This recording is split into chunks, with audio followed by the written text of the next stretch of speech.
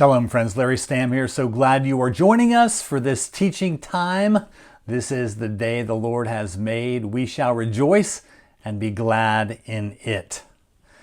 In this brief teaching, we are going to talk about the God paradigm. And you may wonder, Larry, what is the God paradigm? Well, first of all, I want to briefly talk about what a paradigm is. A paradigm, in simple terms, is a way to view or understand something.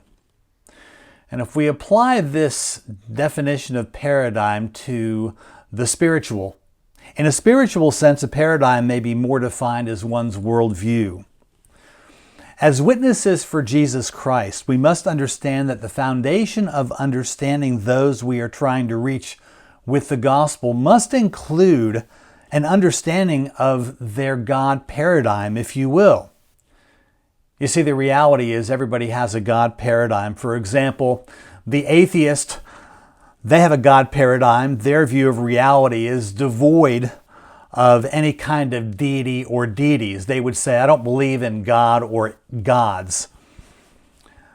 Or somebody on the other end of the spectrum may be ultra-religious. They could be a devout Muslim, and they could have a very well-defined God paradigm. Others may be agnostic. They may acknowledge that I know there's someone or something out there. I just don't know exactly what that may be. I want to encourage you. A great way to begin conversations with people and find out their God paradigm is to simply ask them what their God paradigm is. You say, well, how do you do that? Ask them if they believe in God. Very simple, yet very profound. Do you believe in God? And their response in so many words is going to be yes or no, or perhaps they may say, it's complicated. If you ask somebody the question, do you believe in God? And they say yes, your follow-up can be something along the lines of, well, tell me what your God is like. If they say, no, I don't believe in God, then your follow-up appropriately can be something along the lines of, well, can you or would you share with me how you came to that conclusion? And then sometimes if you ask somebody a direct question like that, they may respond with something along the lines of, it's complicated, and your follow-up can be something along the lines of, well, would you be willing to elaborate? I'm interested. Tell me more. So this is an excellent way to engage people in a very simple, direct, and profound way. Most people aren't going to go, how dare you ask me if I believe in God? Most people will offer you an explanation. They may say, I don't want to talk about it, and you respect those boundaries. But many people will be willing to talk about their God paradigm and how they came to that conclusion. And I want to encourage you in your witness. When we ask a question like that and invite people to give us more information about their God paradigm, we can listen. We lead with the ear. We learn about them, and we also affirm them in this way. We consider it important what they believe or think about God and about other things. And when we do this, friends, our witness for Jesus Christ will be a more informed witness. And I believe a more informed witness will lead ultimately to a more effective witness. And this is good.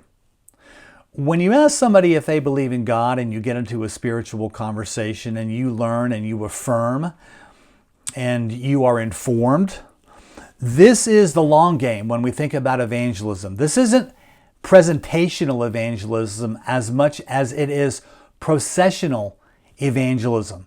Evangelism is a process, and that the people that we're trying to reach with the gospel, they're on a journey. And where they are at any particular moment in their belief or lack thereof as it pertains to God didn't occur in a moment. It's been a journey. And when we ask a question like that, it really helps our conversation with that person, I should say.